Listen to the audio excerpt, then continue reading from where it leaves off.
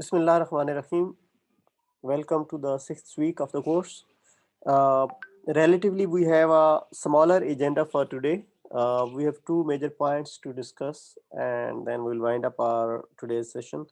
Uh, the first session is about evaluation measures. So, what we have done so far in the course is that we started with regression. We tried to solve some easy problems, easy regression problems. Then we introduced some classifiers. We implemented them as well. We tested them on certain data sets. And then there were different home tasks which you have been trying over time. Uh, and then there were some tiny examples which we did inside the class as well. But the most important challenge, or not really challenge, but a question which arises is that whenever you are implementing a machine learning algorithm, you need to evaluate that algorithm. And by evaluation, primarily what we want to do is that we want to measure the effectiveness of the algorithm. बिल्कुल on the similar kind of lines जिस तरह हम एक student को train करते हैं तो उस ट्रेनिंग के बाद उसकी इवेल्युएशन होती है ना। इवेल्युएशन में प्राइमरीली भैया आप क्या कर रहे होते हैं कि उसकी लर्निंग कितनी हुई है। सो exactly on the similar kind of lines we want to evaluate the learning of a machine learning algorithm, because before we actually start evaluating an algorithm, we would have trained that algorithm on certain data set under certain kind of circumstances. So once we are done with the training, then we really want to see that whether our machine learning algorithm is capable enough to perform on some test data set, which most of the time is sort of unseen data. And that actually helps us to approximate the notion of generalization, that whether the learned concept can be generalized on something which is coming from the real world on runtime, and which is most in most of the cases which may be unseen. So can that particular algorithm work well in those kind of unseen situations? So uske liye we actually we want to evaluate the learner. We want to evaluate the performance of the learner कि वो कितना अच्छा है कितना बुरा है. अब चूंकि we have talked about two kinds of machine learning algorithms. One was the regression kind of problems. One was the kind of algorithms which were solving regression problems, and other one was were the ones who were solving classification problems. So from regression, because your output is continuous, and from classification your output is discrete. It's finite, right? Which essentially is the number of classes. So for both of the categories of machine learning algorithms, we'll be using different kinds of measures to evaluate them. So what we want to do right now is that we want to discuss the most commonly used available measures, which are sort of treated as the standard measures in the machine learning community. So the first one which we use for regression is known as root mean square error. So what does it do is that it primarily uh, and you may recall from our previous discussion that we have been using small x as the input vector, and we have been using small y as the output. So on a particular case or on a particular test example, we know the y actual, and then we have a y predicted which our algorithm would have predicted. So we take that difference, we scale the difference, and then we run this outer loop on all n test examples. So we have n test cases. For each test case, we compare its actual versus predicted output, and we take care of the difference. And then we average it out, because we would have summed these scared differences of n examples. So we take this mean. That's why we are dividing it over n. So till this moment, this is what we would have computed. That we would have computed the mean scared error, because inside the loop we are computing the scared error. So what is error? Error is the difference between the actual output and the predicted output. And we are taking the that scared error, then we are taking the mean through 1 over n. There is mean scared error, and then we take the square root of the entire answer. So then we treat it as root mean scared error. Sometimes we use this acronym RMSE to represent it. And in parallel, we have another alternate measure as well to compute the performance of a regression solution, and that is that's what we call mean absolute error. So we compute the actual error on the similar lines as we computed in the case of root mean squared error. This is the actual error, y actual or y predicted का जो mathematical difference है. Then we take its absolute. So once we take the absolute, that becomes the absolute error of one situation, and then we run this loop for all test cases, and then that will give us the sum of all absolute errors, and then we average it out by dividing the whole answer over n. So we end up into mean absolute error, which is another measure to evaluate the regression problem. Now the question arises that which of them is better and which not. So we are not really sure that which one is better and which not, and then we'll see certain situations. So none of them can be really labeled as the best possible evaluation measure as compared to the other ones. So each evaluation measure, each way of evaluating a learner is um, has its own pros and cons. ये बिल्कुल उसी तरह की हम बात कर रहे हैं. इसकी एनालॉजी इस तरह की है कि you are being trained in a course as a student, so you are the learner. ठीक है, ऑब्जेक्टिव क्या है, why you are studying this course? Because in your real life later on after your graduation you want to use this course somewhere in your portfolio. So as a teacher, what I'll do is, because I'm actually controlling that entire learning experiment, so my task is to somehow make sure that you have reasonable level of understanding of the machine learning concepts. So what I do is that I evaluate you through different mechanisms. आपकी machine learning concepts की evaluation मैं कैसे कर रहा हूँ? I take quizzes, I take assignments, I take exams, etc. So I put all of them together and then I end up into a score, and I say that this person is having, let's say, A grade in the course. अब जब आपके A grade आ जाता है ना, तो मतलब it gives me a very good, it gives me or somebody else a very good reflection that you have decent concepts of machine learning, but that does not really guarantee that you know each and every bit of machine learning in the world, right? Or I can't even say that you know each and every bit of the machine learning course which we actually talked about in the class.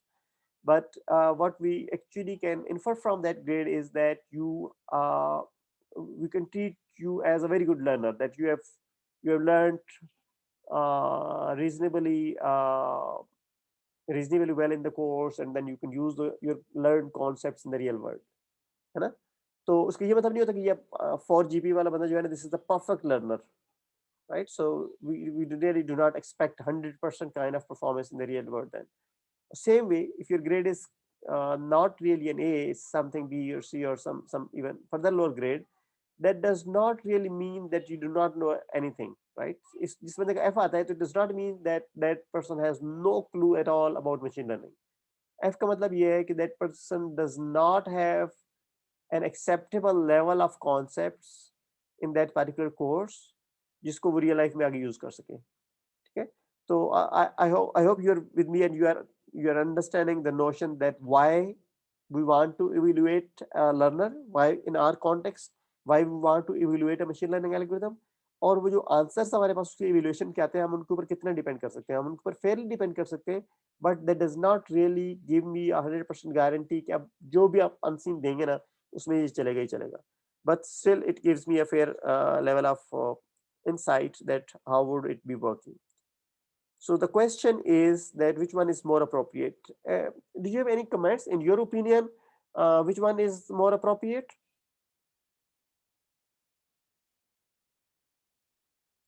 Sir कोई comments तो नहीं है, लेकिन absolute error के अंदर calculation कम है. As such root mean square की निस्बत ना, स्क्वायर रूट लेना और हर वैल्यू का स्क्वायर लेना, तो वो चीज़ उसमें जो ऐड हो रही है एब्सोल्यूट एरर की निस्बत, तो आई थिंक सो जिसमें कैलकुलेशन कम है तो वो ज्यादा बेटर रहेगा। नहीं, ये तो आप जहाँ उस तरह की बात कर रहे हैं ना कि देखिए, मैंने आपको इवेल्युएट करने का आपको मशीन लर्निंग कितनी आती है, तो जितनी मैं कम से कम आपसे असाइनमेंट्स और कम से कम क्विज और कम से कम क्वेश्चन पूछूंगा, उतना बेहतर होगा कि मुझे समझ आ जाएगी कि आप कितने बेहतर उसमें हैं सिचुएशन में। नहीं नहीं सर, बाकी जो यानी कि कैलकुलेशन जो है वो मेन कैलकुलेशन जो है जो कि प्रिडिक्टेड और एक्चुअल की है, मेन कैलकुलेशन और ओवरऑल उनका सम जो है और जो मीन है वो तो हमारी दोनों में सेम है। तो मैं सिर्फ इस लिहाज से बात कर रहा हूँ कि अगर हमने अपने एल्गोरिथम को ज़्यादा ऑप्टिमाइज वे में यूज़ करना है ताकि उसकी बेटर परफॉर्मेंस हो सके, तो उस लिहाज से मीन एब्सोल्यूट एरर शायद ज़्यादा बेटर रहेगा रूट मीन स्क्वायर के through. Okay, anyone else having any comment that which one is more appropriate? Sir मुझे तो लग रहा है डेटा भी लोकल में बेहतर होगा। सॉरी, बिल्कुल समझ नहीं आई, बैकग्राउंड नॉइज को बहुत ज़्यादा था साउंड सिस्टम में आपके।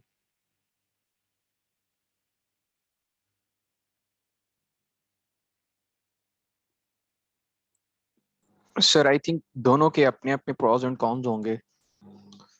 राइट, किस तरह के होंगे उज़ैर? क्योंकि सर हम दोनों ही एरर को फाइंड करने के लिए करते हैं, तो ये गारंटीड तो नहीं कह सकते कि किसी पर्टिकुलर प्रॉब्लम के लिए हमारे पास इन दोनों में से कौन सा बेस्ट फिट आ रहा है। राइट राइट, बिल्कुल सही, ठीक है। So that's what we want to see a little bit in more depth. That for example we have these 10 test cases, इनके ऊपर हमने किसी ABC एल्गोरिथम को चलाया है, and then we have computed both of the measures, mean absolute error भी और root mean squared error भी। अब हुआ ये है कि जो 10 केसेस हैं ना आपके पास, टेस्ट केसेस ना, उसमें ये एरर है, 2 आ रहा है, तो विच मीन्स सब में कांस्टेंट एरर आ रहा है ना, तो उसका जब आप एब्सोल्यूट लेंगे तो 2 आएगा, सब उनको स्केयर लेंगे तो 4 आएगा, और जब आप mean absolute error root mean square error compute करेंगे तो both of them will give you answer 2 and 2। ठीक है, so this is one kind of situation where if your error is evenly distributed, then mean absolute error and root mean square error are not making any difference. Both are sort of capturing the picture with what is happening inside.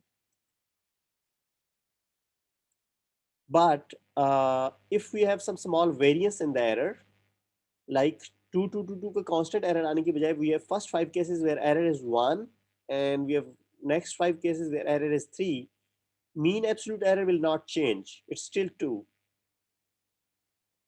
right? But root mean squared error has slightly changed, which means that why it has changed, because we were taking the squares of the error. So if error is increasing, its square will increase further, right? So that needs to be somehow captured कि कहीं कुछ जगहों पे मेरा error जो है ना वो उसमें spikes हैं, तो या relative spikes हैं, तो उनको root mean square error in these kind of situations may be capturing relatively better as compared to mean absolute error, because अभी तक जो दोनों cases हमने compare किए हैं उनमें mean absolute error is not changing, which means कि अगर आपका error 2 all 2s आ रहे हैं तो that's still there। अगर हालांकि आपके पास अगर 5 1s है ना, तो which means कि this is low error, so you don't need to worry about much, but जो 3 error है तो that is a slightly bigger error, तो उसकी बारे में we need to like little bit worry more, so that how that kind of situation can be somehow represented in the root mean square error calculations, and if we have those 10 cases and in 9 cases we have no error at all, but in one of the 10 cases we have a very large error, let's say we have 20, then its absolute is 20, and if you take mean absolute error, that's again turning out to be 2, right? But if you take the scared error, it scared of the error will be then 400, and then if we use root mean square error as the measure, so that will be a uh, very large number as compared to the previous root mean square error which we have been computing। और अगर आप पिछले दोनों cases अगर आपको याद आ रहे हैं अभी जो हमने अभी देखे हैं, तो mean absolute error is 2 across all those 3 cases now, but root mean square error is now giving me a reasonably good picture actually what's happening inside।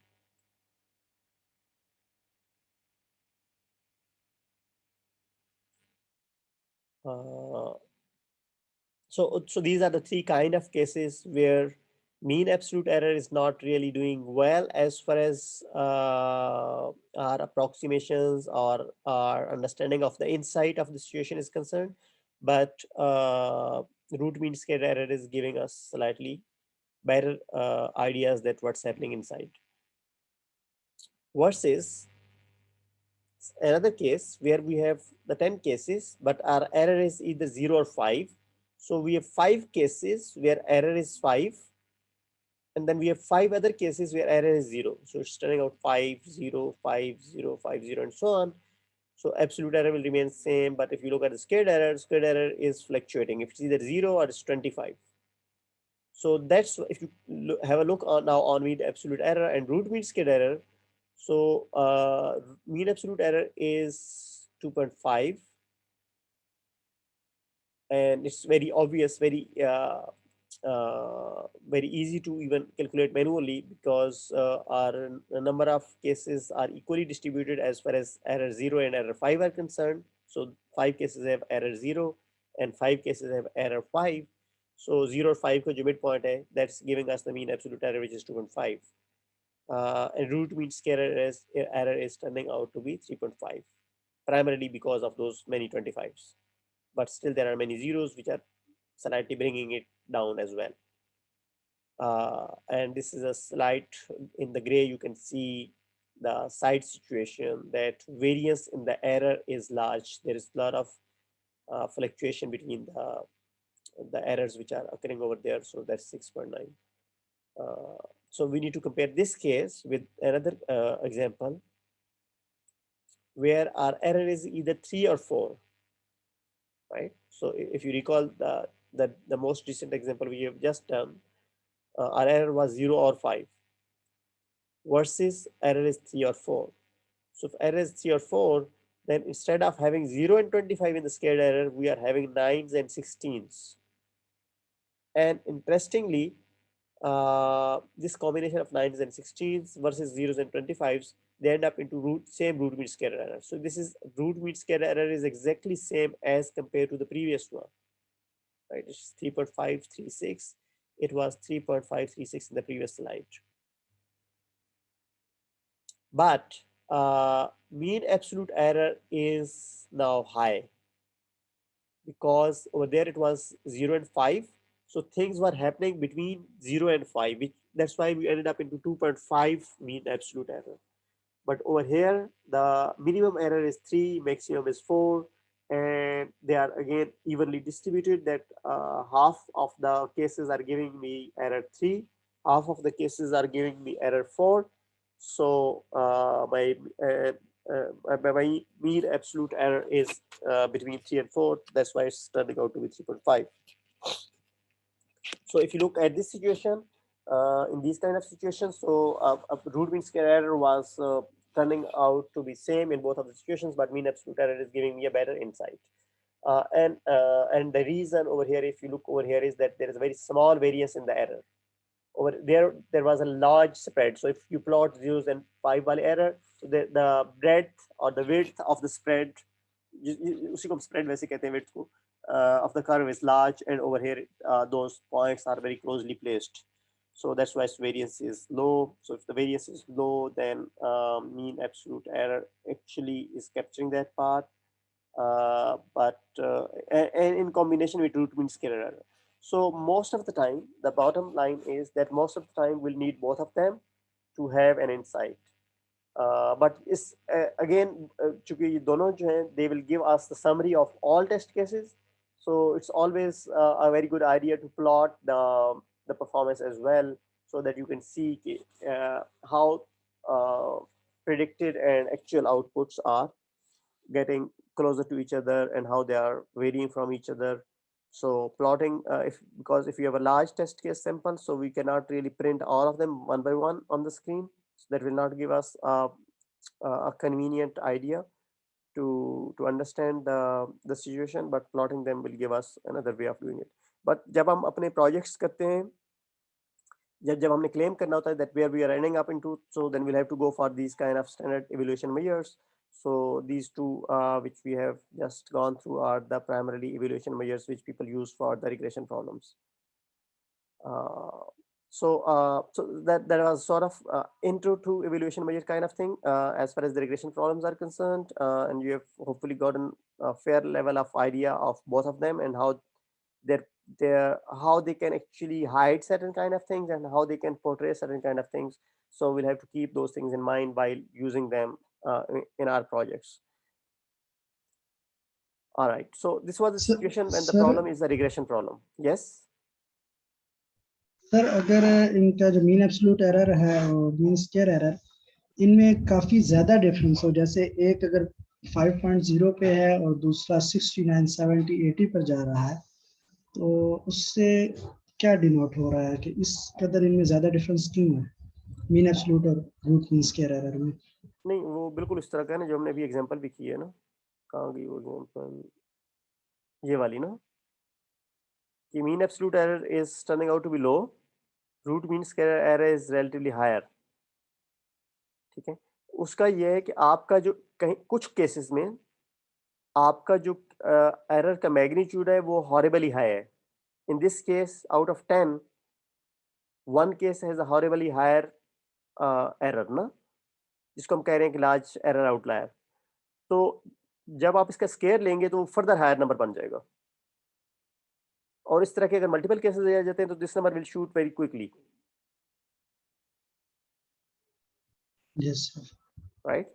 So for example ये 20 की बजाय अगर 50 होता तो this would have been turning out to be 2500। ठीक है, और 2500 के साथ बाकी सारी जीरोस ऐड हो रहे हैं। 2500 ओवर 10 वुड हैव बीन 250। नहीं, उसका सॉरी, पहले उससे 2500 का पहले आप वो लेंगे स्क्वायर रूट भी ओवर, ओके 250 का स्क्वायर रूट लेंगे, फिर 2500 ओवर 10 इज 250, और फिर उसका स्क्वायर रूट लेंगे, that will be turning out to be root mean square error. But 250 का under root is somewhere around I think what 15 और 16 के करीब करीब आएगा, राइट। तो उससे यस आपको ये सर। अंदाजा हो जाता है कि दरमियान में कोई आउटलायर्स आ रहे हैं ना। ठीक है, एंड और if you start plotting them तो you will be immediately able to note कि वो कहाँ पे गड़बड़ हो रही है। ठीक है, तो अब यस उसमें गड़बड़ की बहुत सारी रीजंस हो सकती हैं। आपके एल्गोरिथम में भी प्रॉब्लम हो सकता है, डेटा खराब हो सकता है जिस डेटा के ऊपर आप टेस्ट कर रहे हैं। ठीक है, तो उसका जो एक्चुअल जो उसकी प्रेडिक्टेड है that might be making sense, but जो एक्चुअल आप उसकी वैल्यू यूज करें वाई एक्चुअल जो है that might be going away from what it should have been actually in the real world.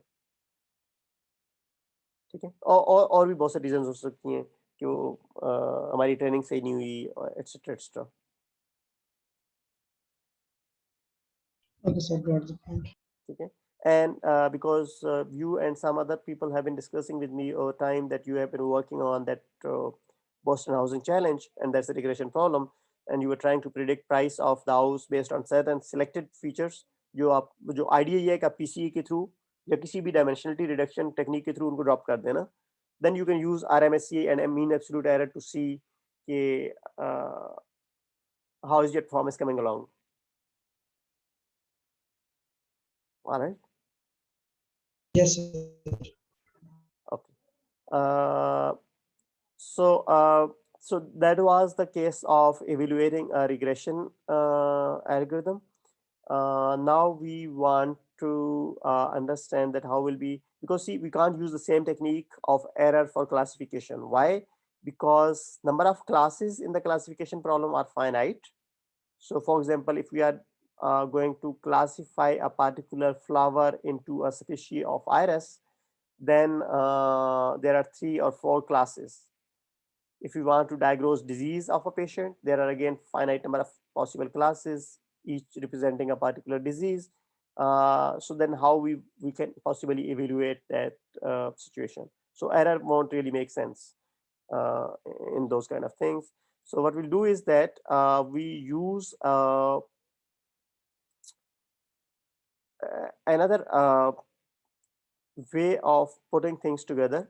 We this is what we call confusion matrix, and at the start of the confusion matrix, as if you can, I hope you can guess from the nomenclature as well, that we are using the term of positive and negative, which essentially means that we are talking about a situation where we will be using binary classification, right? So our number of classes are 2. So what we want to do is that some of the problems, so number of classes are 2, तो उनको कुछ को हम positive के तौर पे label करेंगे, कुछ को हम नेगेटिव के तौर पे लेबल करेंगे, ठीक है? So all of your test cases need to fit fit around these 4 cells of the confusion matrix. So we label them as A, B, C, D. So A is what? Let me try to refresh the screen. A is number of all those test cases which were actually positive, and your algorithm is also classifying them as positive, right? Which means that positive is one class, negative is another class, because we are talking about a binary classification problem.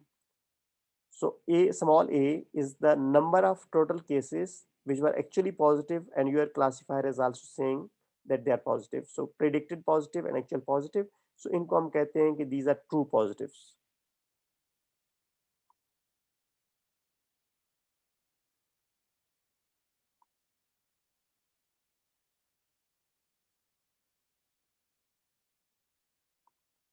And if you look at B, these are the ones which are actually negative.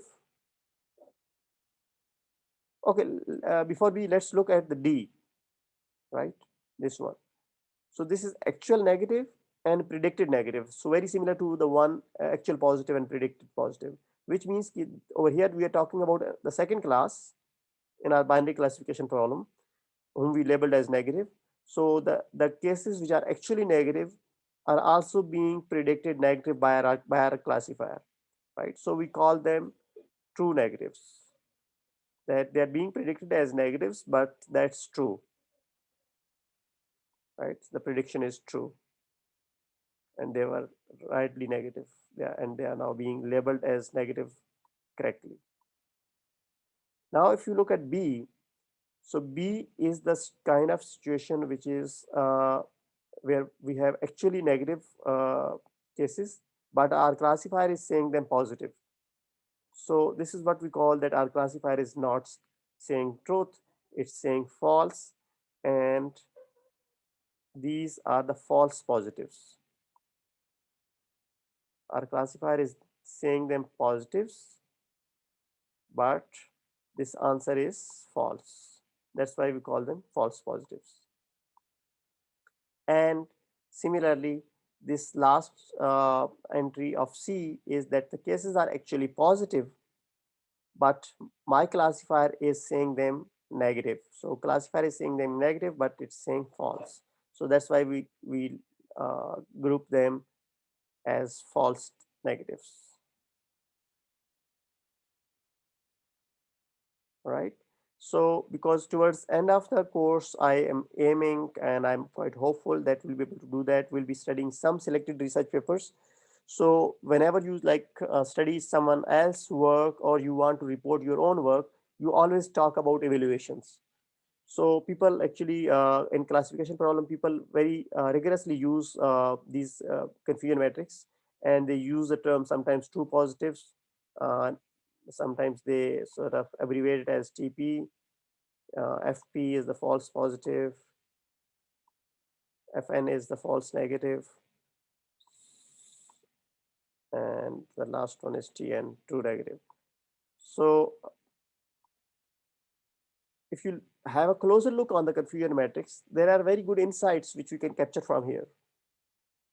For example, अच्छा अब A plus B plus C plus D क्या होगा? Sum of all cells of the matrix will be will or must be equal to the total number of test cases. So for example, if you are running this example on 100 test cases, so each of them needs to be either counted in A, B, or C, A, B, C, or D, and obviously then all of those entries are non-overlapping counts. So some of them must be equal to the total number of tests which you performed for a binary classification problem. So so if you look at A and D, both of them are trues. So if we add them, that A plus D and we divide them over the total, that will give us that how many cases have been truly or correctly predicted, irrespective of whether they were positives or negatives, right? वो बीमारी वाले थे या नहीं थे, या false alarms थे या true alarms थे, but our predictor has sort of predicted them correctly. So this is one way of looking at that, and that there are two other angles, or in fact many other angles to look at, or to analyze this confusion matrix. So let's have a look on them one by one. So this is what I'm saying: A plus D overall is what is this is representing the total number of correct predictions, and that's what we call accuracy. So accuracy is one, or in fact fairly widely used evaluation measure for classifiers. So let's go back to the confusion matrix. So just imagine that I actually ran this whole exercise for 100 test cases, and on 100 test cases में से actually जो थे ना 40 positive थे और 60 negative थे, और सारे के सारे पॉजिटिव सही करेक्ट प्रिडिक्ट हो गए हैं, तो ए में आएगा 60, सारे के सारे अगर नेगेटिव भी ठीक प्रिडिक्ट हो गए तो सारे के सारे डी में 60 चले जाएंगे. So as a result B will be 0, C will be 0. So A plus D over A plus B plus C plus D, this will give me 100% accuracy, right? So having higher accuracy is one of our bigger objectives in general in the classification tasks. Another way of looking at it is that we only look on either the actual positives or predicted positives, and we don't look at the entire matrix. So for example, we only look at A and C entries, and what we want to see is that मेरे पास जो total positives थे, उन total positives में से कितने सही positives predict हुए हैं, right? So over here I'm not really interested in D, I'm interested in A over A plus C, whom we will call later on recall, right? Actually positives कितने हैं और आप उनमें से कितने करेक्टली प्रिडिक्ट कर रहे हैं, ठीक है? अगर आपके फॉर एग्जांपल सारे पॉजिटिव्स आपके 40 पॉजिटिव्स थे जो हम थोड़ी देर पहले बात कर रहे थे, और 40 के 40 इधर आ रहे हैं और सी में 0 आ रहे हैं, बट कुछ नेगेटिव्स गड़बड़ कर रहे हैं, और नेगेटिव वाले जो 60 थे वो 30 हो गए हैं, तो आपकी एक्यूरेसी तो नीचे चली जाएगी, but your recall will remain 100%. And what would be the kind of situations when we will be more interested in recall as compared to accuracy? So for example,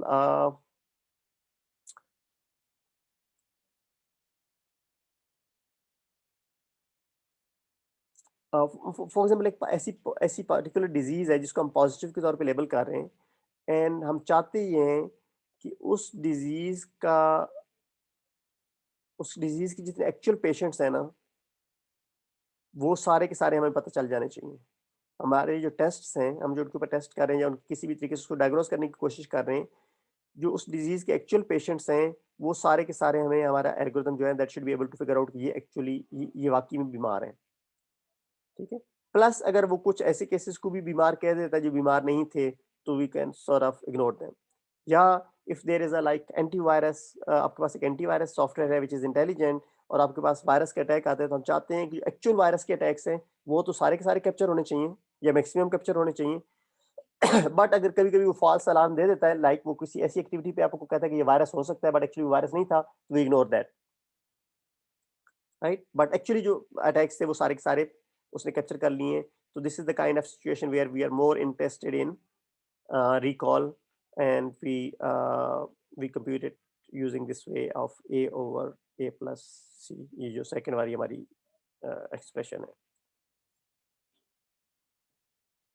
The third evaluation measure, yes Mahmood Yusuf. मैं sir recall भी करना चाहूंगा. हाँ यार, तो पढ़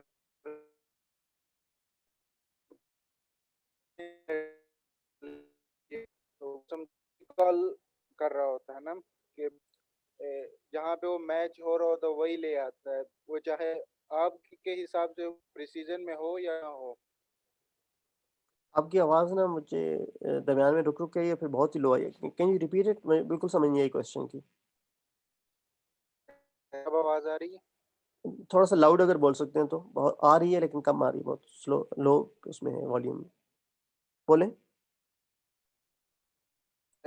sir मैं recall पे कुछ ऐड करना चाह रहा था कि जैसे आईएएस में उनका हम कोई क्यूरी देते हैं ना उसे, तो उसमें एक रिकॉल की तरह रिटर्न कर रहा होता है कि ये जो ये क्यूरी है आवाज गई। लेकिन बाकी लोगों को भी आवाज कट के आ रही है महमूद की, या बाकी को समझ आ रही है what he is saying? Sir cut cut के ही आती है। आई थिंक सो चैट में अगर बोल दे तो बेटा। या महमूद, अगर आप चैट में ये क्वेश्चन प्लेस कर दो ना तो I think that would be better. You are trying to say कि कोई डेटा में आप क्यूरी भेजते हैं तो उसको क्या होता है वो क्या समझ नहीं आई। ठीक है, तो put your question there and I'll try to address is address it as much as possible. So chat is disabled. हैं? Chat disabled. Why chat is disabled?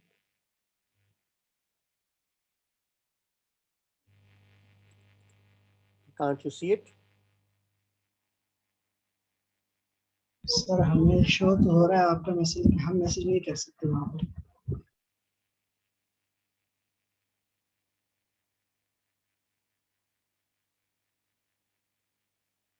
Okay, अब check करें. यस सर, आप सही हो। Okay, put your question there.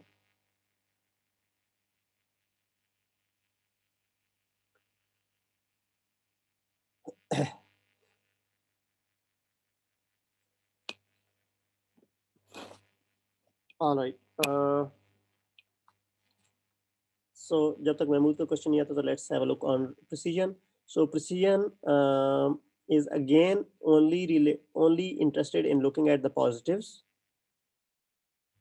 but it's more focused on the predicted positives.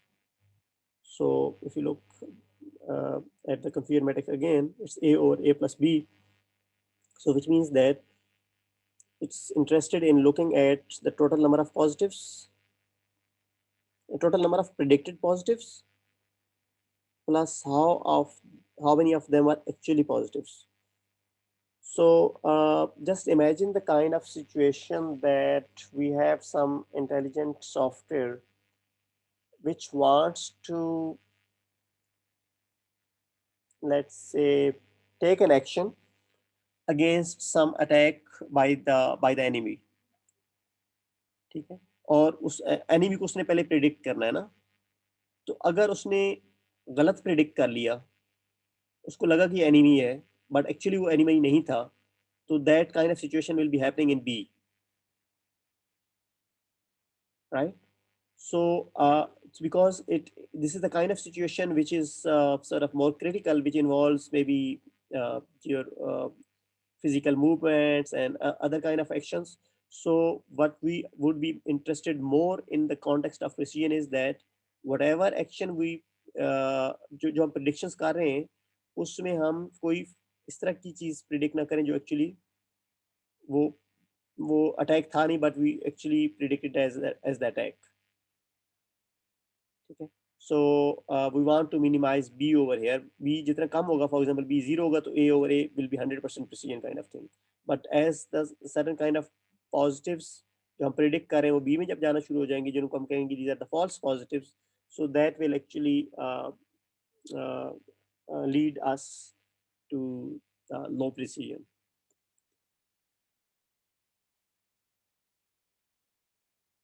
Google is also using recall, which retrieves all matching documents, whether it is precise or not, right?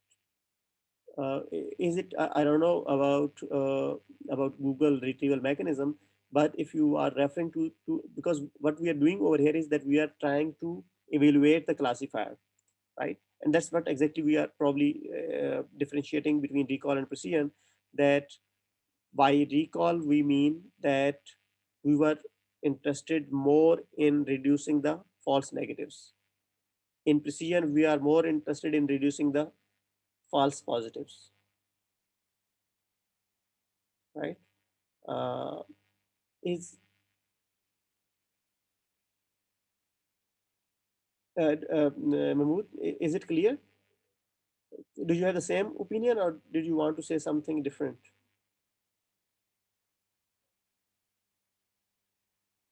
Okay.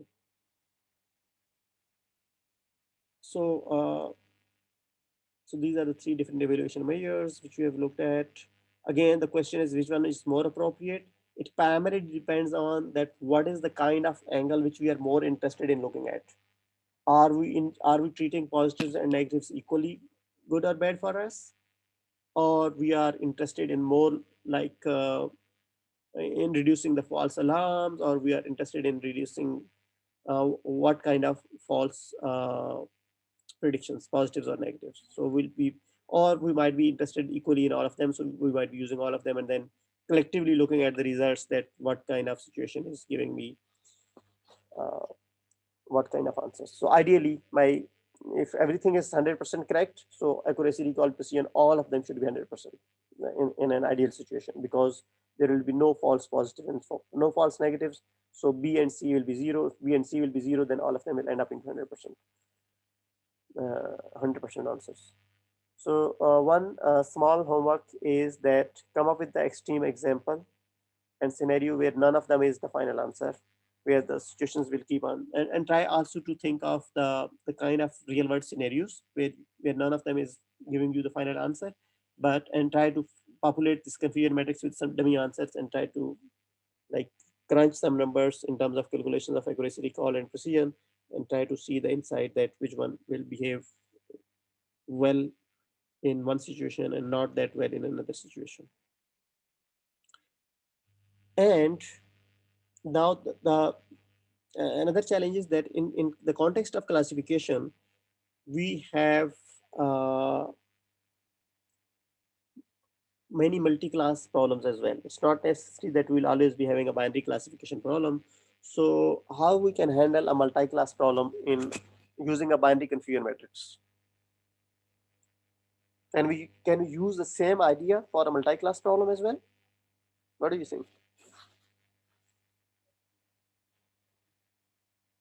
Yes sir कर सकते हैं How? Sir जैसे अगर एक 3 classes है ना हमारे पास एक 1 2 3 Yes. तो अगर वो 1 है और प्रेडिक्ट 3 हुआ है तो उसको आप 0 कर लें लाइक फॉल्स कर लें 1 है और प्रिडिक्ट सही हुआ है तो उसको फॉल्स कर लें. नो सर मैं कह रहा हूँ गलत हुआ है तब Okay. फॉल्स कर लें राइट. ओके. और 2 अगर गलत प्रिडिक्ट हुआ है तो तभी फॉल्स कर लें आप लेकिन जो अगर पॉजिटिव आएगा वो कर लेंगे आप लेकिन 1 को अगर उसने एज 2 प्रिडिक्ट कर दिया तो सर फिर 0 हो जाएगा ना फॉल्स प्रेडिक्ट हुआ है कौन 0 होगा? सर जो इस स्टेप में जहाँ भी आप फॉल्स लगा रहे हैं वहाँ फॉल्स लगा देंगे नहीं देखें वो जो हमारे है ना ये 4 वो कैटेगरीज है ना, तो अब मेरे पास ना एक्चुअल लेवल्स हैं 1 2 3 आप कह रहे हैं राइट? यस सर तो फॉर एग्जांपल मैंने ना एक मैं कहता हूँ कि ये फॉल्स पॉजिटिव है ना. False positive means what? ये फॉल्स 1 है या फॉल्स 2 है या फॉल्स 3 है? सर हम मैट्रिक्स का साइज इंक्रीज कर सकते हैं? मैट्रिक्स का साइज इंक्रीज कर सकते हैं, बट अभी करंटली तो हम ट्राई कर रहे हैं बाइनरी कंफ्यूजन मैट्रिक्स से इसको सॉल्व कर लें. असलन आपको मेरी बात समझ आई थी? यस समझ आ गई सर से नहीं होगा ओके. जी सर आप क्या कहना चाह रहे हैं? सर बाइनरी में तो सर फिर हमारे पास थोड़ा डिफिकल्ट नहीं हो जाएगा अगर मल्टी क्लासेस को हम हैंडल करें, क्योंकि इसके अंदर हम लोग सिर्फ चांस ही पॉजिटिव और नेगेटिव दे रहे हैं एक डिसीज को फॉर एग्जांपल. बिल्कुल सही. So okay, so there are 2 ways to do it. एक बिल्कुल वही वाला तरीका है जो ज़ाहिर कहने की कोशिश कर रहा है that you actually increase size of your confusion matrix so it will no more remain binary. तो फिर हम पॉजिटिव्स और नेगेटिव्स नहीं कर रहे होंगे, फिर हम कॉलम्स जो है ना उनके ऊपर एक्चुअल क्लासेस के लेवल्स डाल रहे होंगे. एक्चुअल 1, एक्चुअल 2, एक्चुअल 3, फिर प्रेडिक्टेड 1, प्रेडिक्टेड 2, प्रेडिक्टेड 3 ना, तो 3 by 3 की मैट्रिक्स बन जाएगी अगर 3 क्लास प्रॉब्लम है. right? 10 class problem है तो 10 by 10 की confusion matrix बन जाएगी. That's one way of doing it. Another way of doing it is that we don't really change the size of our confusion matrix, but we do the same exercise 3 times.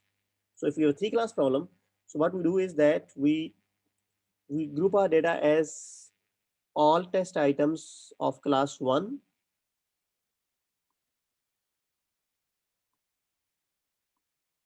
versus non-class 1.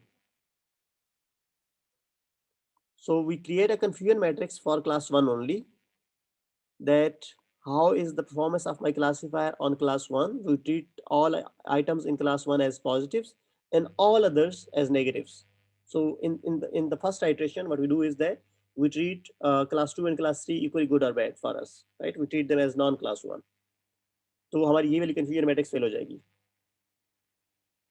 right? And we'll be having accuracy for class 1, we'll be having recall for class 1, we'll be having precision for recall, precision for class 1, that how good are the overall predictions as far as class 1 versus non-class 1 are concerned, how good are the predictions of recall as far as class 1 कि ही recall है, precision of class 1 कैसी है. And then we repeat the same exercise for other classes as well. We then once we have done these computations, then we do the second step, that we do the same exercise for class 2 versus all non-class 2 kind of things. Now in this situation, by positive we mean class 2, and by negative we mean class 1 and 3 collectively. So we refill the matrix on all test cases again, and we put them together in this confusion matrix, and we recompute accuracy 2, accuracy recall 2, precision 2 for the second class, and then we repeat the exercise for class 3, and we again do the same kind of thing. We compute all those things, and once we're done, then we can average out all accuracies, we can average out all recalls, we can average out all precisions. That will give us a very good insight, even will give us a slightly deeper insight that what kind of classes are being predicted well and what kind of classes are not being predicted well, by just analyzing those separate accuracies, recalls and precisions. But we can again aggregate them together, we can average them out and come up with a single answer as well. Right, so that's one way of doing it. Another way of doing it is that we actually expand the size of the matrix, and we recompute and reformulate things accordingly. फिर हमारे ABCD वाले labels वाले फार्मूले जो है ना, ये change हो जाएंगे, because हमारी जो number of cells in the confusion matrix, that will no more be 4, they will significantly increase. अगर सिर्फ एक class add करेंगे तो they'll become 9, 4 classes होंगे they'll become 16 and so on. Any question till this moment?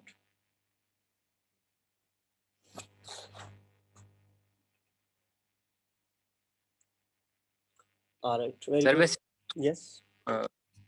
इस table से भी कर सकते हैं, लाइक बाइनरी से. अगर हम ये करें कि जो हमारे पास लाइक 1 था ना और वो 2 आ गया, तो है तो नेगेटिव एग्जांपल ही है. उसको हम किसी पर्टिकुलर क्लास को अगर ना देखें, सिर्फ हम ये देखें कि वो नेगेटिव आया, तो उसको हम नेगेटिव क्लासिफाई कर दें. बिल्कुल ठीक. तो तभी तो ये 2 जो बाइनरी मैट्रिक्स है ये हमारा चल जाएगा इसके ऊपर. जी मैं भी ये डीपर कह रहा हूँ इनसाइड. ना भाई, लेकिन आपको 3 दफा करना पड़ेगा ना.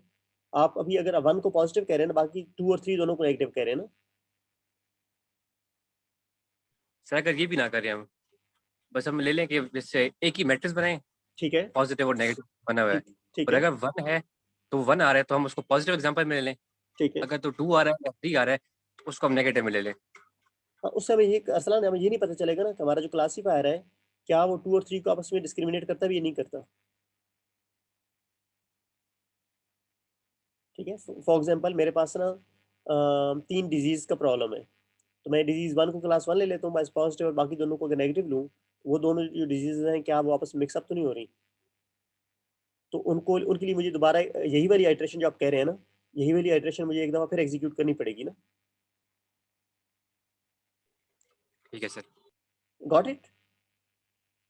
Yes sir, got it. Zia की तरफ से भी कोई एडवाइस है ये? 2 सर 3 वही मैं बात कर रहा था, अभी आप सिर्फ 1 का पॉजिटिव देख लो, जब 2 और 3 के पॉजिटिव आएंगे राइट. तो 1 के लिहाज से वो नेगेटिव हो जाएंगे, तो फिर उनको कैसे कंसीडर करेंगे?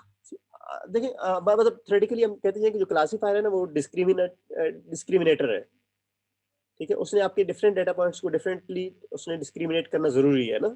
तो फिर हमने एवेल्युएट करते वक्त भी चेक करना है कि उसकी वो डिस्क्रिमिनेशन कैपेसिटी कितनी है ना, क्या वो 2 और 3 को आपस में डिस्क्रिमिनेट कर रहा है या नहीं कर रहा। अगर हम एक इटरेशन करेंगे तो उसमें तो चले हम उनको एक पॉकेट में डाल देंगे, लेकिन इवेंचुअली हमें उनको भी अलग-अलग करके देखना पड़ेगा कि क्या जो क्लासिफायर है उनको एक्चुअली वो सेपरेट कर रहा है कि नहीं कर रहा। Alright, Yes, sir. और इसके लिए ज़रूरी नहीं कि मैं 3 दफ़ा वो चलाऊँ अपनी exercise. In one go I can actually एक ही टेस्ट केस के ऊपर I can fill all those 3 confusion matrix in my code. तो एज़ सच मेरी कोई बहुत ज़्यादा कॉम्प्लेक्सिटी ऐड करने वाली चीज़ भी नहीं हो रही इसमें।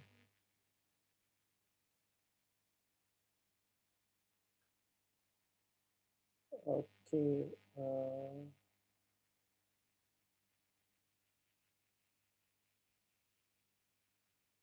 ऑलराइट, एनी अदर कमेंट और question on the evaluation measures?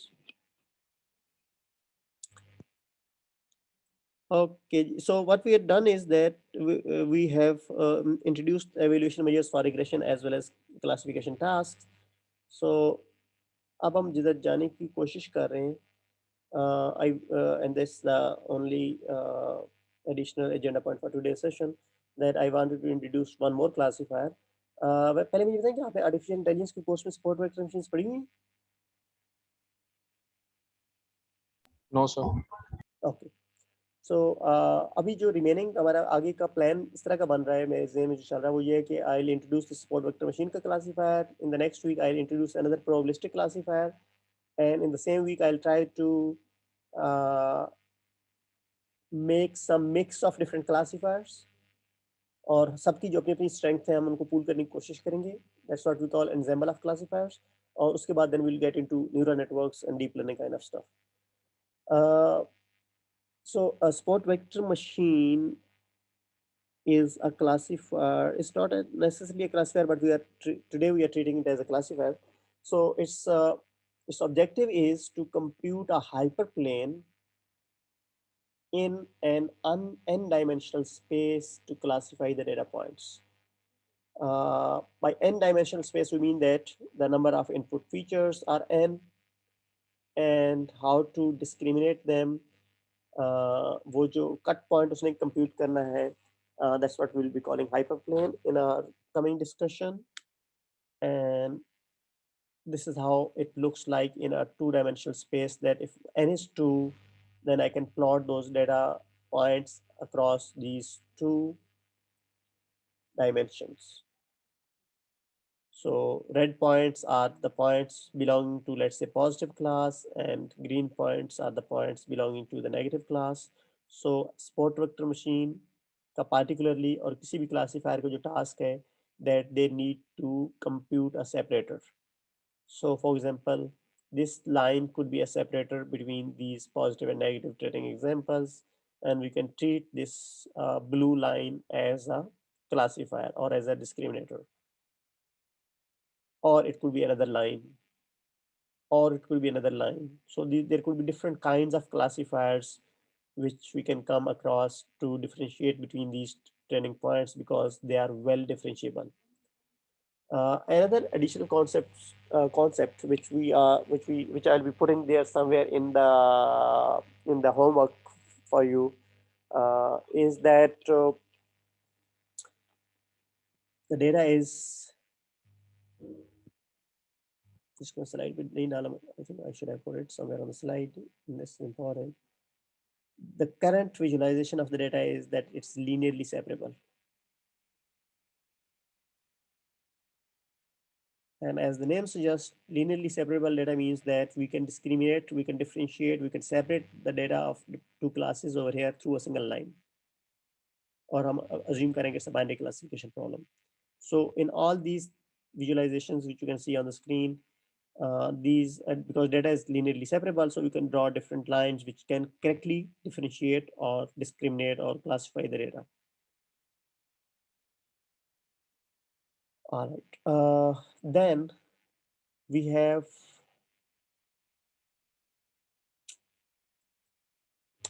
these two lines. We call them support vectors, and these are the lines which pass through the extreme data points of both classes. And they are parallel to each other, and we want to come up with a classifier which is exactly between them. So in order to compute why we want to compute a classifier which is exactly between those two parallel lines differentiating the two or multiple extreme data points of two classes, blue वाली जो lines थी, those were those are the lines whom we call support vectors. They are passing through the extreme data points. Why we are calling them extreme data points? Because this red block is the last item of the class जिसके बाद class की situation change होनी शुरू हो जाती है. उससे ऊपर वाले जो हैं those are not the extreme data points. They are clearly and well settled in their own class. नीचे वाले जो data points हैं इनमें जो ये वाला बबल है ग्रीन वाला, this is the extreme data point because इससे नीचे वाले जो हैं वो बाउंड्री से दूर है. So in other words by extreme I mean the boundary data points. So support vectors pass through the boundary data points, and the exact midpoint of them will be the ideal classifier which we need to compute. And what do we mean by that? That essentially means that we want to maximize the difference or margin between these support vectors, right? So if we maximize the margin between these support vectors, that essentially gives me a very good situation that दरमियान में मेरे पास ये वाली जो पूरी canal है ये काफी चौड़ी कैनाल मुझे मिल रही है. जितनी ये वाइडर कैनाल होगी उतना मेरे पास एक अच्छा सेपरेटर मुझे मिल जाएगा. ताकि why we are interested in a very good separator leading to a wide margin between those support vectors, because कल अगर मेरा कोई और डेटा पॉइंट्स इन बॉर्डर्स के करीब करीब आता है तो गलत क्लासीफाई ना हो जाए, right? So we want to somewhere intuitively saying that we want to get somewhere in between those support vectors जो पर्पल या पिंक लाइन से मैं इनको यहाँ पे रिप्रेजेंट कर रहा हूँ. And we'll get back to this discussion in detail in a while. इन्हीं two dimensions के साथ लेके हम अभी कुछ और calculations हमने करनी है, that how things are computed and what are the kind of things which we are interested more in. But before we go into that kind of situation, शुरू में जो मैंने पहला एक bullet लिखा हुआ था, support vector machines are capable to design a classifier for n-dimensional space. So it's not necessarily that we'll be having only two input features. So it's not necessary to have two-dimensional space. It could be three-dimensional space. So for example, this is a three-dimensional space looking like a cuboid. This is one axis, other axis, and third axis, and the data points are placed somewhere there. So in order to discriminate them, we'll be having a hyperplane, somewhat like a polygon, which will be able to differentiate them. So जो हमारी fundamental mathematical computations होंगी उनकी जो dimensions हैं those will be accordingly adjusted as we get into the higher number of dimensions in our data. तो मेरा जो classifier होगा उसकी भी जो dimensions हैं those will change as we go along. In fact those will be one less than that. तो चूंकि आपके 3-dimensional data है तो आपके पास एक 2D shape जो है that will be sufficient enough to separate those data points. It's just like a cut in the cube, right? So if you make a cut तो उससे ऊपर वाले या ऊपर तो नहीं कहना चाहिए because it's a 3-dimensional space. So उस cut के एक side पे जो data points आएंगे those will be ये बिल्कुल उस तरह का ना. I think you are able to visualize and understand it fairly conveniently, but I'm just giving you a toy example. ये बिल्कुल एक डब्बा है, let's say कोई भी एक चाय वाला डब्बा है और उसके अंदर data points scattered है, ठीक है. And then this जो hyperplane है मेरे पास, this is simply एक cut है which we are cutting with a sharp blade somewhere in between that box, और जहाँ पे हमने कट लगाया वहाँ पे हम एक पेपर लगा देते हैं दरम्यान में. So that becomes a boundary. In terms of machine learning we call it a decision boundary. उससे एक साइड पे जब बॉक्स की जो ब्लॉक्स चलेंगे those will be treated as the elements of one class, और उस जो हमने दरम्यान में कट लगा के पेपर लगाया बॉक्स के उसकी दूसरी साइड पे जो चले गए those will be treated as the elements in another block in another class. And if you relook at the previous slide. So over here, our data points are two-dimensional. No? They are scattered around x and y axis, but our separator, our classifier, in this case is a single line, so it's one-dimensional. So same way, if I would have 100-dimensional data, so I need a 99 dimensions for designing a discriminator.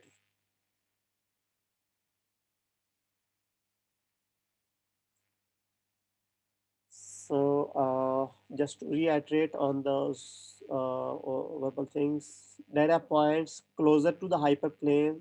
Hyperplane is the plane which will act as the classifier that help to maximize the margin of the classifier are support vectors. Changing the support vectors will change the classifier. Why will it change the classifier? Because our classifier in the context of support vector machines is depending on the nearby support vectors. And support vectors are the vectors which are passing through the extreme border points of both of the classes. So if you change any of those points, so direction of your vectors or even their orientation or position may change. And if that changes, your classifier will change because its width will change, and it will also it can move its position or even change its direction. Whereas this will not be the case in the non-extreme data points, जिनके अंदर से support vectors नहीं गुजर रहे, जो side की दूर की data points पड़े, उनको change करने की वजह से you may not be really changing the classifier. Hyperplane is the classifier, right? Is the cut point. So in the context of two-dimensional space, yeah, that was the single line. In the case of three-dimension, जो हमने, so this is the hyperplane. ये जो purple वाला box हमारे पास ये दरम्यान में आया, ये वाला just came in, and this will sorry. So the support vectors की base. This is exactly in between the support vectors. So in order to compute this, we need to compute the support vectors, and in order to compute this, और जो support vectors हैं उनके दरमियान में हमने ऐसे support vectors compute करने हैं जिनके दरमियान में जो margin है that is maximum, right? वो जो पूरी कैनाल बन रही है हमारे पास, which I tried to draw over here, ये जो blue lines के दरमियान जो कैनाल है ना, इसकी जो width है जो black arrow से यहाँ पे notate हुई है, this is what we want to maximize. और उसको exactly जो दरमियान में आ रही है, this is the hyperplane, this is the classifier, this is the discriminator which we are interested in. Or in other words, this is the support vector machine, because इस classifier को हम support vector machine कह रहे होंगे बाद में. Okay, sir. Sir हम sport vectors जो हैं उनको ड्रा करने के बजाय डायरेक्ट हाइपरप्लेन नहीं ड्रा कर सकते? I think Uzair probably बोला है. Actually, see, हम कोई भी hyperplane draw कर सकते हैं. For example, this is another hyperplane which is a classifier, and which is a correct classifier as far as the training data is concerned, right? This is another classifier. This is also hyperplane for the 2D data. This is another hyperplane for the same 2D data. So all of them are the correct classifiers and correct hyperplanes, no? But their computations are not dependent on the support vectors, right? So ID3 also, जो ID3 हमें tree देता है, that is a hyperplane, no? Because if you visualize that, so it gives us the clear decision boundaries कि कहाँ पे आपकी class की boundary change हो रही है, ठीक है? We can do the similar kind of stuff using case-based reasoning as well. We can come up with some other classifier which can do the similar kind of stuff for us. New data points जब आएंगे ना, तो जितना बड़ा margin होगा उतना accuracy का chance होगा. Very good, ज़ा. बिल्कुल सही कह रहे हैं. ठीक है. Uzair, does it address your theory as well? Yes, sir. Okay. Thank you, sir.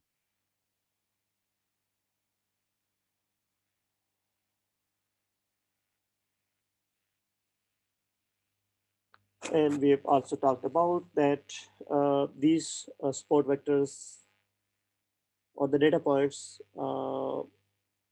control the position as well as orientation of the classifier, because if we change them तो हमारे classifier की direction और उसकी position change हो सकती है.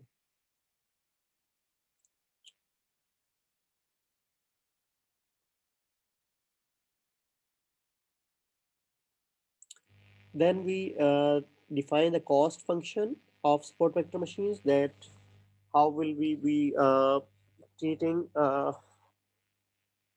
predicted versus actual outputs. So if predicted and actual, okay, one thing which I actually forgot to mention over here.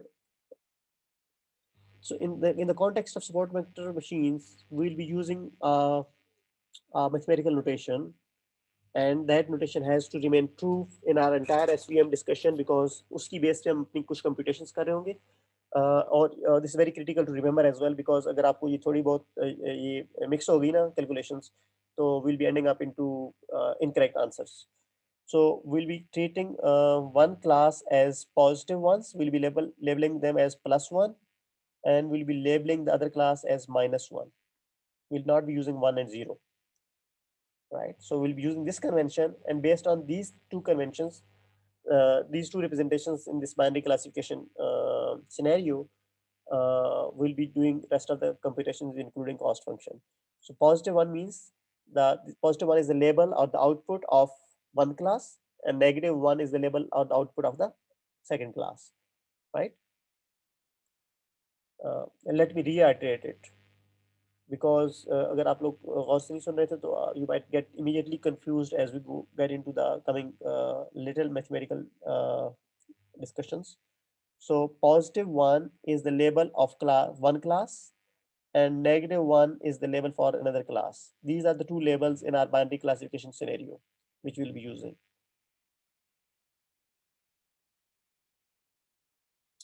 So now if you look over here,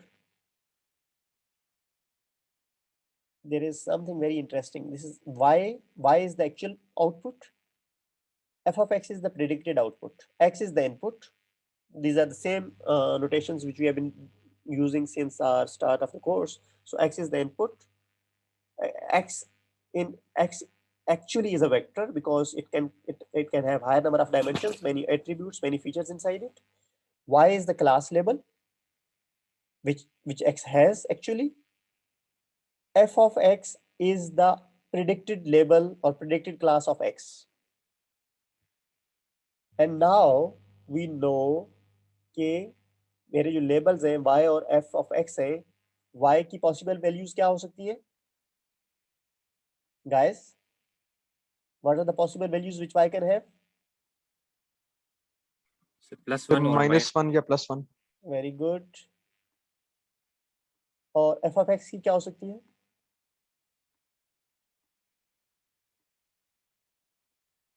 So +1 -1. Very good, right? Because these are the label notations which we'll be using continuously. तो मेरी actual class positive one होगी, ज़ाहिर है negative जो predicted class है उन्हीं में से कोई आंसर आएगा ना. ठीक है, तो अब अगर देखें, सो this is slightly precise kind of definition. If y multiplied by f of x is greater than equal to 1, which means if both of them are 1, then it will be 1. If both of them are -1, it will again be 1. So it's 1 or greater than equal to 1, or maybe equal to 1. So then your cost or your loss is 0, which means you have predicted well.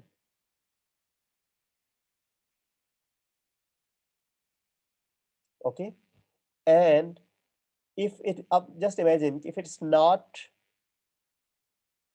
true, तो else में क्या होगा कि एक इनमें से one था, दूसरा -1 था ना, तो y multiplied by f of x will be -1. तो 1 minus this -1 thing will represent the cost the other way around, which means that we have ended up into an incorrect prediction. All right. So another similar kind of visualization which we have been seeing with slightly different labels, that we have two data points, +1 वाले -1 वाले, ये ऊपर वाले जो है इनका label जो है ना, that is +1, it's here. जो नीचे वाले जो है इनका लेबल is -1. जो आपके सपोर्ट वेक्टर्स है ना, जिनके ऊपर से आप गुजर रहे हैं, ये जो लाइन है, that is being represented as wx minus B equal to 1, exactly equal to 1, और बाकी जो नीचे वाली लाइन है जो स्पॉट वेक्टर है, that is being represented as wx minus B equal to -1, और जो आपके पास एग्जैक्ट इनका मिड पॉइंट है 1 और -1 का, जो आपका क्लासीफायर है, that is wx minus b is equal to 0. what are w, what are x, what are b? So w is a vector. Okay, non-mathematically speaking, w is a set of weights, right? And x is the input vector, b is a constant, which will see eventually that how we can actually how we can affect our comparisons or our predictions. But the interesting thing जहाँ पे हम थोड़ा सा ज़्यादा time spend कर रहे होंगे ताकि हमें थोड़ी सी इसकी insights समझ आ जाए, this is the width, this is the margin जिसमें हम interested थे, और चूंकि W वेक्टर है, and if you recall your I don't know linear algebra basics, so this margin has to be 2 over magnitude of the vector weight, and this is something whom we want to maximize given the conditions कि जो positive हमारे पास training data items हैं वो positive रहें with the new weight vector, जो negatives हैं वो negative रहें with the new weight vector. और again just to open up that side of the sorry, that side of the discussion कि ये data is very clearly and cleanly linearly separable. तो हमारी ये सारी डिस्कशन फॉल्स हो जाएगी अगर डेटा लीनियरली सेपरेबल नहीं होता. लीनियरली सेपरेबल कैसे नहीं होगा कि फॉर एग्जांपल कि अगर ये जो आपका है ब्लैक वाला बबल है, नीचे वाला जो नेगेटिव क्लास है, इनमें से एक आइटम इधर आ जाता है एक, तो अब मैं कोई सिंगल लाइन ही ड्रॉ कर सकता ना जिसमें से पॉजिटिव और नेगेटिव डिस्क्रिमिनेट हो जाए, but I will have to come up with multiple lines, and then that will make things slightly complex. But in general, in the context the data is not linearly separable, तो हमारे जो सारी अभी हम algorithmic discussion करने लगे हैं, this will not hold true directly, but उसके solutions होंगे बाद में जो हम देख रहे होंगे. Okay, so if you look over here, we are looking at the decision boundaries. We are looking at the support vectors. So one support vector is being represented as wx minus, it was being represented as wx minus b is equal to 1. Other one is being represented as wx minus b is equal to -1. So I've just rewritten them over here. And these are the boundaries of the classifier. And this is what is the hyperplane. Yeah. Because the decision boundaries जो हैं, those are very critical. ठीक है, अगर आपकी decision boundaries change हो जाएंगी तो आपकी शेप ऑफ द क्लासिफायर, उसकी पोजीशन, उसकी ओरिएंटेशन में आल्सो चेंज. So ये spot factors he. That's right. So जब spot vectors को आप मिलाएंगे तो that will give you the hyperplane. And for positive examples, wx minus b is greater than equal to 1. And for negative examples, wx minus b is less than equal to 1. Where is it coming from? We are saying, we're just rewriting this visualization कि आपकी positive examples जो है 1 वाली हैं, ये 1 की decision boundary है. So all everything on this side will be giving you this is wx minus B की ये वाली साइड, और ये वाली जो आपकी साइड है wx माइनस बी की ये वाली साइड है. So that's what we are saying कि wx minus B greater than equal to 1 और wx minus B less than equal to -1 for negative examples. उस सारे सेट को हम लिख रहे हैं. अच्छा, एक सो इसमें एक और इम्पॉर्टेंट जो चीज़ है ना, वो ये है कि नोटेशन में जो अगर आप मैथ की डिटेल में जाएंगे तो that will help you. We are using over here 2 kinds of fonts, जो क्योंकि मैंने खुद से मैं टाइप कर रहा था तो there might be some omission, but I will take care of that omission. अगर कहीं आगे तो मैं इसको रिपेयर कर दूंगा. कि बोल्ड जो फॉन्ट है ना, that is representing a vector. तो wx जो है that essentially means the dot product of those two vectors. और vectors क्या हैं? Vectors are matrices. W is the weight matrix, x is the input matrix, right? B is a scalar quantity. So dot product will be a scalar quantity. That scalar quantity minus B is leading to another scalar quantity comparison. So that will give us the classifier. X is the input vector. The only thing which is in our control, not really in our control, but that's our target, that is that what kind of ideal W we should look for. So some mathematical side or background of support vector machines. So let yi be the output of xi, which we know. That's what we have been using in our previous discussions as well. For the input side, we'll be using x. For the output side, we'll be using y variable. So for ith example, the input, let yi be the output. So what we do is that for positive examples, we multiply it with that classifier की जो boundary थी wx minus b greater than equal to 1, we multiply it with yi, or because it's a positive example, so yi will be 1.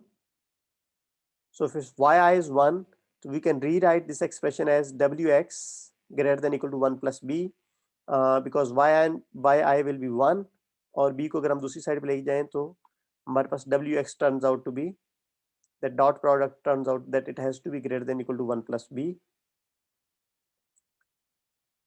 For the negative example, yi will be minus 1. So if it's minus 1, तो wx का sign minus हो जाएगा, b positive हो जाएगा, is less than equal to minus 1, and if you multiply both sides with 1, then this will become wx, और आपका less than equal to का sign greater than में convert हो जाएगा, और 1 plus b, and if you look over here, this is very consistent with the other side, they are same. So we can collectively write this whole thing as, we can put them both positives and negatives की boundaries को together, yi whatever it is, yi into wx minus b minus 1 is greater than equal to 0.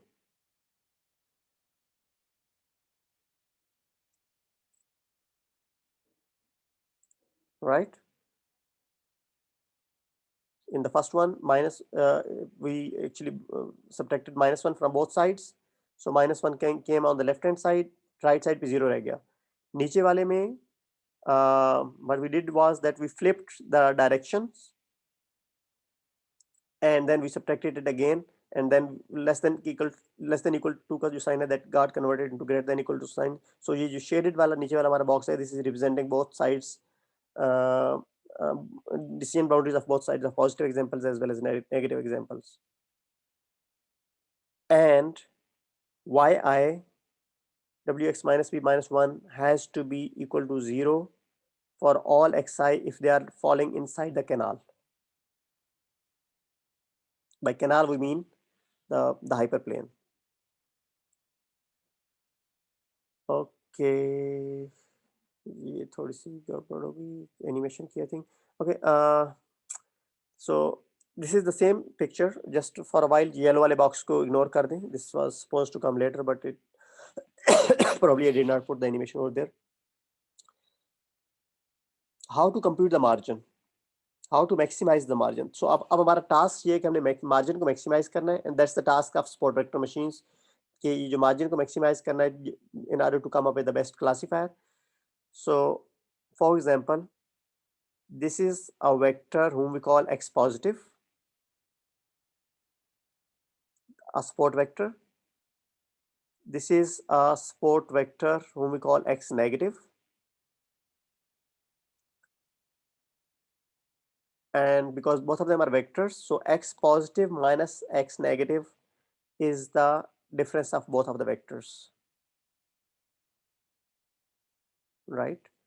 And what we are interested in is that we want to maximize the margin, but I don't know how good you are in linear algebra, but this red vector is a perpendicular unit vector of weight, and it has to be perpendicular because it's a normal vector, so it has to be perpendicular on those support vectors. And what we want to compute is that we want to compute this width. This width will be coming from, how will you compute it? This will be coming from this differentiating vector x positive minus x negative. So this is a vector, that differentiating vector, its dot product with this unit vector. So this is a normal vector, w is a normal vector, perpendicular vector onto the support vectors, divided by its magnitude will give us the unit vector. So taking their dot product will give us the margin vector. And if you like get somewhere stuck in the basics of these vector manipulations, so I would strongly suggest you to recap those basic linear algebra concepts, so that you start feeling comfortable with that. So W vector perpendicular है X के.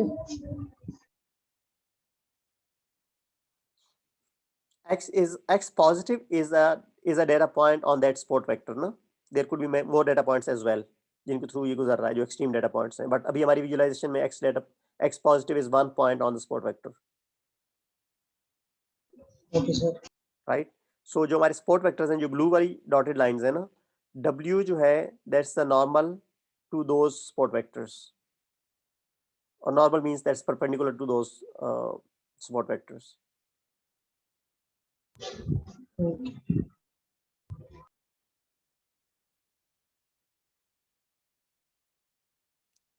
We didn't find any x positive. X positive is a point on one decision boundary. X negative is a point in the other decision boundary, right? So जी जो मैंने अभी drawing, where did it go? ये वाली जो सारी illustration is just an example ना. You can pick some other data point as well. तो आपकी shape will change, right? सिर्फ visualization से हम understand करने की कोशिश कर रहे थे कि अगर हम directly लिखते हैं ना x positive minus x negative तो होता क्या चीज़ ना, ठीक है? तो whatever it is, that has to somewhere contribute in the margin, or margin is the G wala margin itself. Why we are taking, why W has to be normal, why it has to be perpendicular, because हमें ये जो black वाले जो double arrow है ना, this is the margin whom we want to maximize eventually. But before we start maximizing it, we are trying to understand that how will we be computing the margin, right?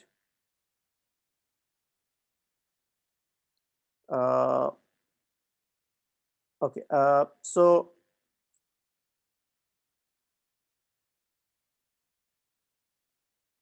and we also saw a while ago that yi wx minus p minus 1 is equal to 0 for all xi's which fall inside the canal. Okay, so x positive and x negative both are actually inside the canal. They are on the boundary, right? They are not out of the canal. So we are treating them inside the canal, and that's why we are using this calculation that, so because if you look at this yellow box, why, because x positive means this is a positive examples, which means yi is 1.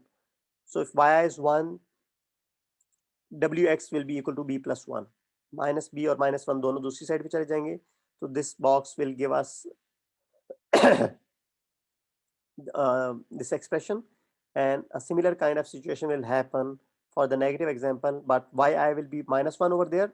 That's another data point on the canal, but it is negative. So minus 1 sorry, x की जगह हमने x positive लगा दिए दोनों में, और नीचे वाले में x की जगह x नेगेटिव लगा दिए. सो yi minus 1 जब दोनों के साथ अंदर मल्टीप्लाई हो जाएगा तो b पॉजिटिव हो जाएगा, b minus 1, और wx नेगेटिव हो जाएगा. So that will go on the other side of equation. So this will yield us this second one वाली equation. And why we are doing this? Because we are going back to margin again. कि जो ऊपर वाला first box है उसमें हम x positive और x negatives को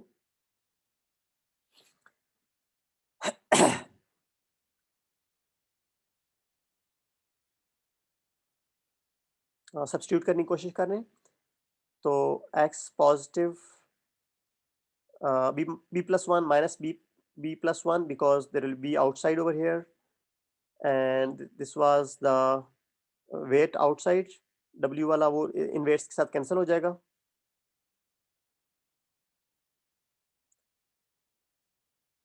और ये जो डिनोमिनेटर है वेट का ये वाला this will remain over there.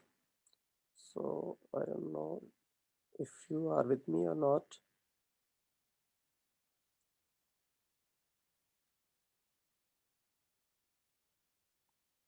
So what we did was that b x positive की जगह what we did was we wrote this thing b plus 1 over w। w अगर राइट साइड पे जाएगा तो b plus 1 over w हो जाएगा, और नीचे वाले में w दूसरी साइड पे जाएगा तो this will go on b minus 1 over w। These are the values which we are substituting here, x positive और x negative में। x positive की जगह फिर क्या आएगा, b plus 1 over w minus b minus 1 over w। 1 over w को हम बाहर ला रहे हैं मार्जिन की कैलकुलेशन में, तो ये 1 over w जब बाहर आएगा कॉमन में तो अंदर रह जाएंगे b plus 1 और b minus 1 वाली सिचुएशन, और this w will sorry, this w will get cancelled with this w, right? So b plus 1 minus, और ये माइनस अंदर ओपन हुआ तो ये पॉजिटिव 1 हो गया over magnitude of w, and that led us to cancellation of b's, which essentially helps us that वो जो b's थे those were helping us to locate the lines कि जो constants थे, but actually they are not really contributing much in computing the margin, so they will get cancelled. So this will give us 2 over b का magnitude. So before I come back to this slide, let's go over here somewhere which I showed you a while ago. Yeah, so this is what we were talking about, that this is the margin 2 over weight magnitude, and now the only thing which we have seen so far is that we have seen why is this 2 over magnitude of w. So because this is 2 over magnitude of w, any confusion till this point? Are you able to capture the broader sense of this whole work which we are doing right now, or are there any questions? Okay, thank you. तो y की जो multiplication हो रही है x को compute करने में इसमें थोड़ी कंफ्यूजन है येलो लाइन की।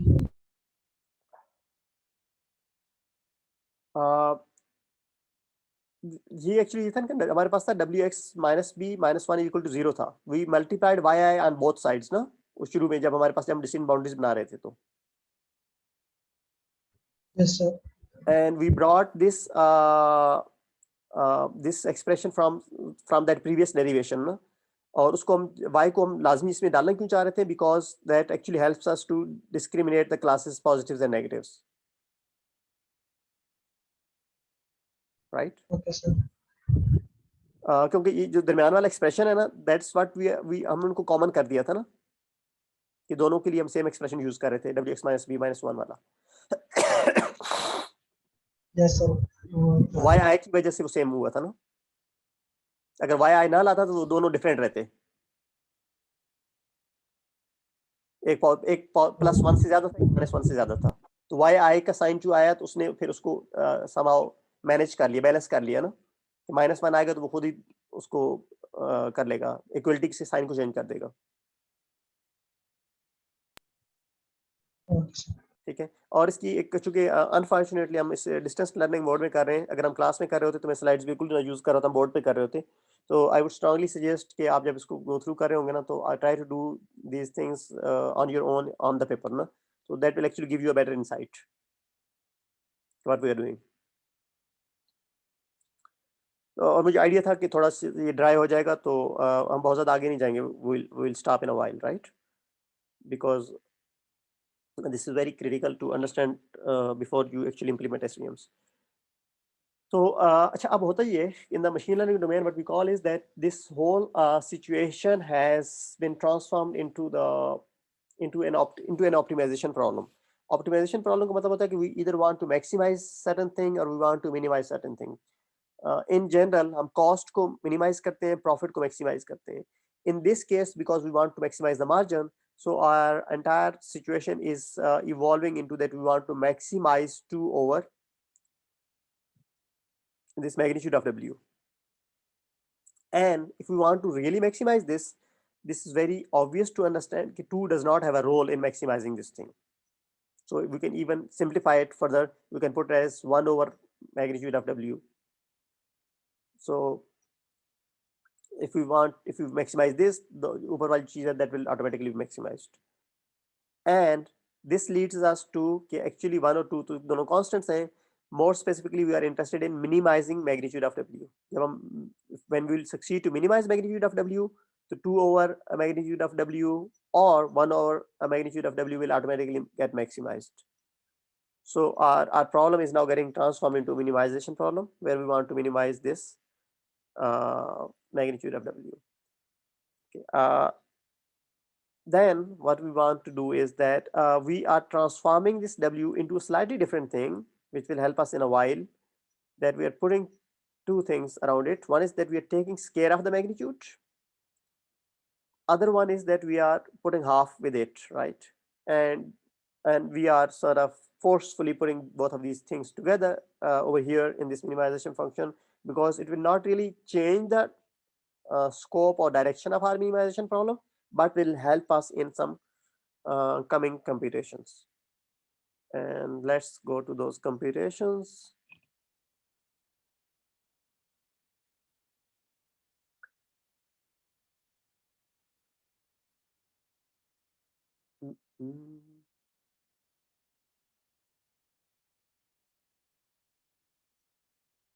Okay, what we want to do here is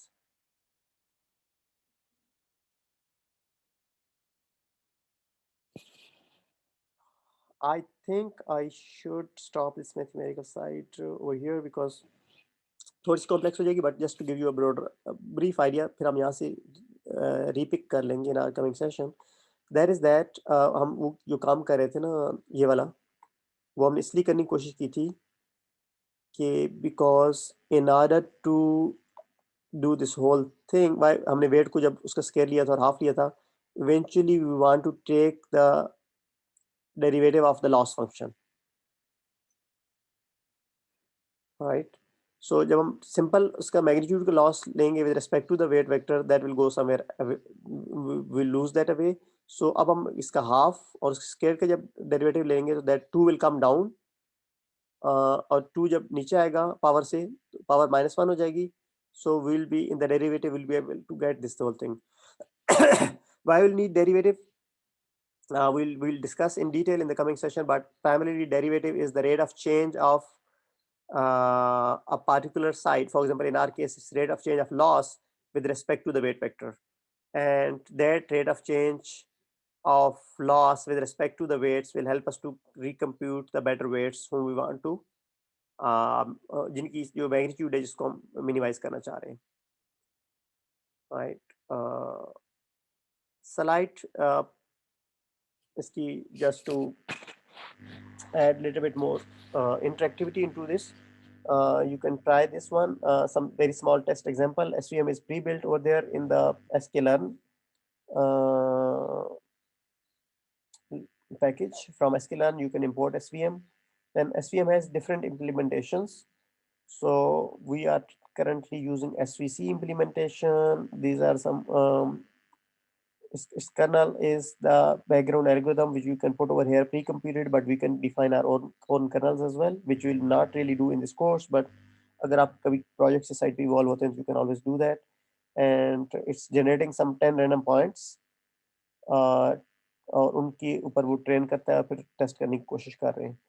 So you can print the outputs, choose this code, and then we'll pick from this point in the next session, where we actually end up into. So in the coming session, we'll be concluding this SVM thing. We'll be talking about another classifier, which will be probabilistic classifiers, which you may recall from your basic probability as well. यहाँ पे हम naive Bayes और Bayes rules use कर रहे होंगे, और then we'll try to generate the strengths. Then we'll try to put strengths of all classifiers together to generate an ensemble, and then we'll hopefully be able to conclude this whole entire part of the course.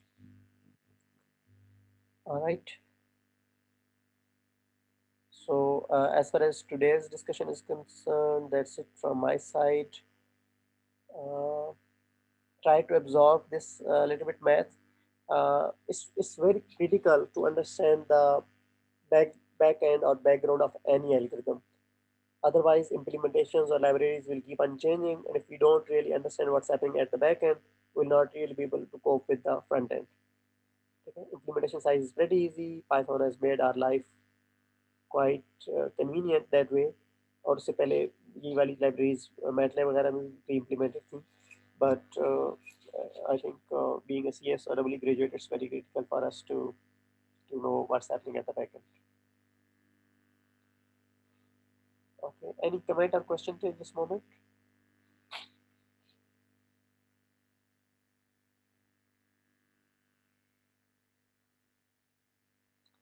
Okay, thank you very much. और अगर आपके कोई questions आते हैं या comments आते हैं या कहीं if you get stuck in these derivations, so please feel free to approach me over messaging, so we can talk about more in detail before the next session अगर आपको derivations की समझ में आई तो. Thank you very much. Allah Hafiz. Thank you.